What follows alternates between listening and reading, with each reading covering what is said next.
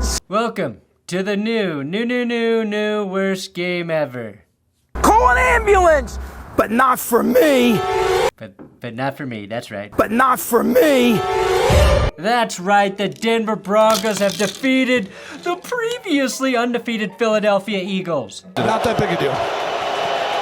Just a huge deal. It is a big deal, Tony. Thank you. It's a huge deal for us. What trust he has in his second-year signal caller. You got the Super Bowl, Philly. We haven't had shit for a while here, okay? Yeah! First, you stopped the Chiefs from three-peating, Philly, and now you give me hope for my Broncos and the rest of the season?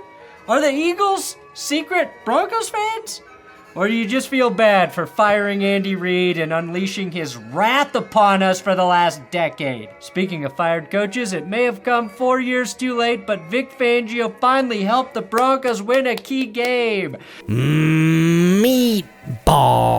Today, we got to see what happens when two teams who can't play a complete football game for 60 minutes face off against each other. And what ensued was just a really exciting finish to a game where both teams played exactly 30 minutes of good football. The difference in this game came when Sean Payton finally remembered he had giant balls, nads, nuts, mutant pistachios, cojones, hanging brain. Big sack. Big sack. That's right, Sean Payton's getting my winning balls award when you decided to go for two after Denver clawed back into this game. Imposing your will to take a 1-point lead after trailing by 14 is a tone changer, and without exaggeration, a course-correcting moment for the rest of the season. Also, I will shamelessly pat myself on the back for pretty accurately picking how this game would end on the Philly Special show. Thank you for having me so I could be so right. You said earlier Broncos losing or trailing in the fourth quarter, but then coming back to win, so I assume it's a very close outcome? Yeah. It's going to be one of those games, too, where the score's kind of stupid. This is a great moment right here. Denver kicks a game-winning field goal to win 22-20. Goddamn, I'm good. Finally, though, I can ignore the stat about the Broncos losing 2 games this season despite never trailing in the fourth quarter because we fucking trailed and we won. And I'm free to believe again. What do you need to know from this game? I'm going to tell you in the stock report or whatever the hell this is. Whew.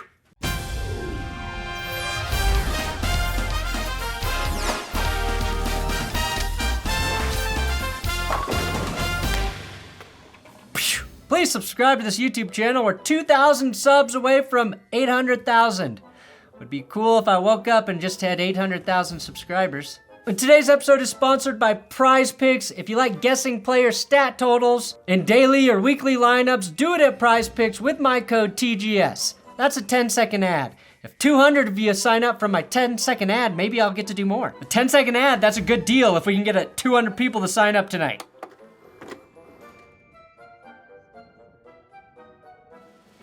Now, this was the Broncos' first win in Philly since 1986. I was 2 years old and just had my first cigarette the last time Denver won in Philly. We lived in a different world back then, though. For 75% of this game, I felt like the Broncos were airing a rerun of last season. And it went right to his hands. They have to face an elite team on the road with Jim Nantz and Tony Romo on the call. They hang around and look feisty for a little bit, and then suddenly the levee breaks and we're all reminded why the Broncos aren't in the top echelon of the NFL hierarchy.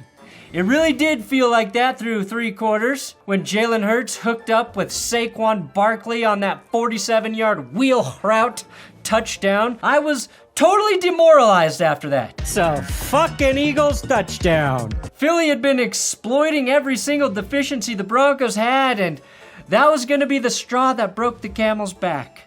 Joe Camel, if 2-year-old me were talking. There's just no way you're coming back on the road against the reigning champs with a quarterback who hasn't lost a home game in his last 12 tries. Thank God none of that was correct. Philly was up 17-3 in the third quarter, and both of their scores came because of big plays, right? That Saquon catch and run against former Eagle Alex Singleton.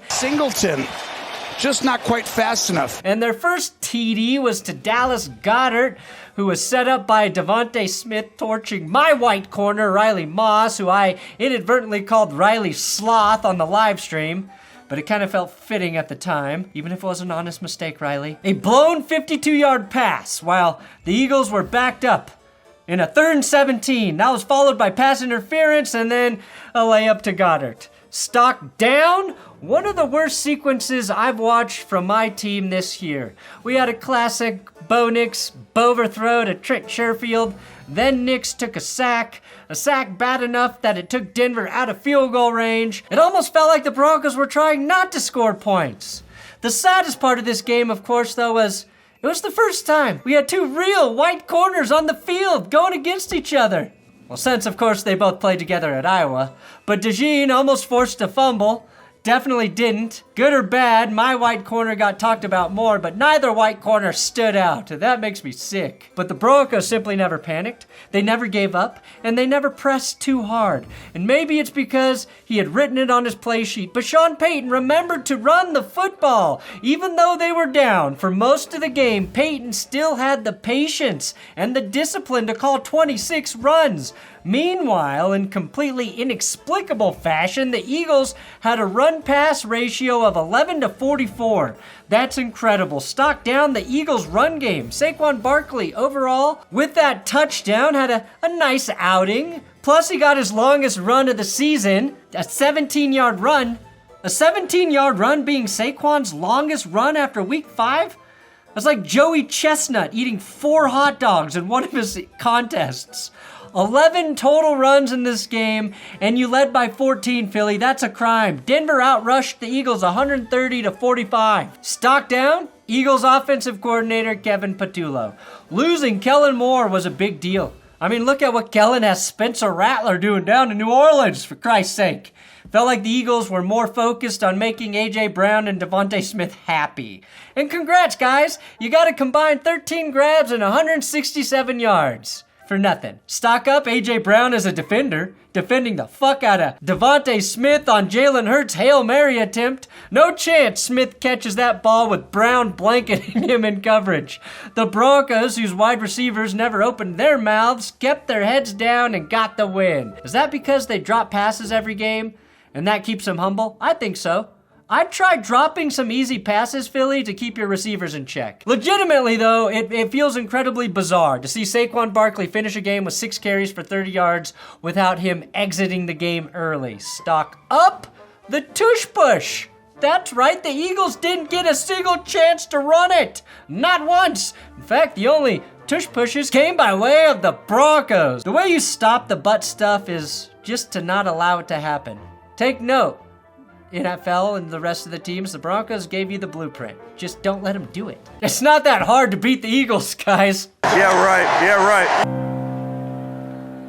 Stock down, the officiating. Eagles fans, I know you're mad. You're mad for that late Zach Bond hit, that penalty, the no-call PI on Goddard, the Bo Nix forward pass, not called a fumble. So I challenge you. I challenge you to do something about it.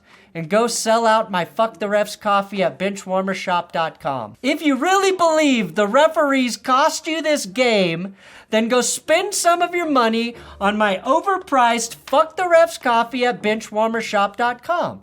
If you sell more F the Refs than anybody else ever, I will say you're the greatest fan base in NFL history. If not, then you're not willing to put your money where your mouth is, and you just want to complain on Twitter. Just remember, Denver was penalized 12 times for 121 yards in this game, and the refs picked up this flag where Keely Ringo had some early contact on Marvin Mims. We'll never know if that's a overthrow because of the refs. Been mentioning that we're a tough team, right? Another rock-solid game from my favorite running back, J.K. Dobbins, who got the Broncos within a touchdown with his 4th score of the young season. He's quickly becoming one of my favorite Broncos running backs since Terrell Davis. Davis had 2,000 yards, but Dobbins can speak 2,000 languages. Pero Bo Nix is especial. But you can't just run your way out of a 14-point hole in the second half. At some point, your quarterback has to shake off a really bad first half and start throwing yards. And God bless Bo Nix did. And make no mistake, Bo was not good in the first half. I believe he was 5 of 10 at halftime with less than 100 yards. Stock up, second half Bo Nix. That's right, he's never out of it. He never gives up, and I'm totally fine with my quarterback being better in the second half, by the way. In the not first half, Bo was 14 of 18 for 163 yards and a touchdown, and the game-winning 2-point conversion throw. Absolutely nails. Stock holding strong, Courtland Sutton. For the third week in a row, Courtland Sutton was fantastic. He had a really brutal drop on the Broncos' first series of the game, but he dementiaed that shit right out of his memory and finished with 8 grabs for 99 yards. Whenever Bo really needs a completion, Courtland Sutton is his guy. And of course, he was money on third down. He caught a ball on 3rd and 12 and went for 34 yards to set up the final touchdown. And then, when the Broncos desperately needed to milk the clock,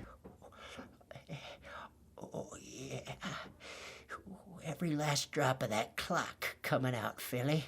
We're making the milk for your cheesesteaks. Your favorite food, what would that be? Oh, milk steak. Oh yeah, you can milk anything with nipples. But there's no clear number 2 guy in the passing game right now. Is that a bad thing?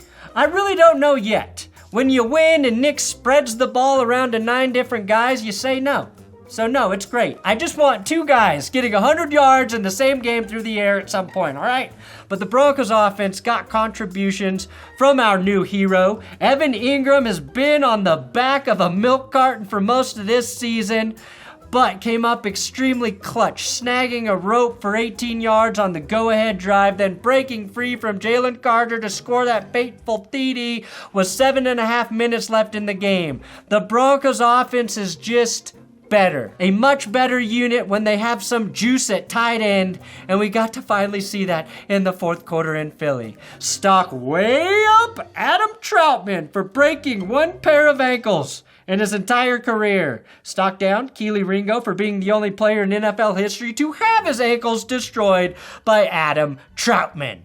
None of this happens, however, if the Broncos defense can't get stops, and they get them quick. Sure, they had a rough first half. You could even say a rough 2.5 quarters, 3 quarters, I don't care. Riley Moss was getting abused worse than Santa Claus in Philly.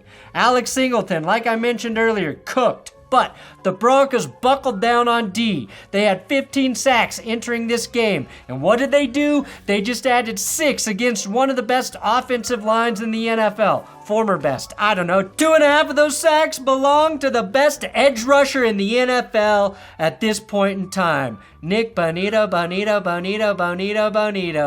after the game ended, took the NFL lead for 7 sacks on the season. And the most important one came on the Eagles' frantic final drive. The knock on Bonito a year ago was that he was feasting on bad teams with the big lead late in the game. Well, what did he do against the Eagles in this one? Right now, he's certainly in the Defensive Player of the Year conversation. All of that was possible because, again, Sean Payton made his best play call of the season and went for 2 points when Denver was down 16-17 in the fourth.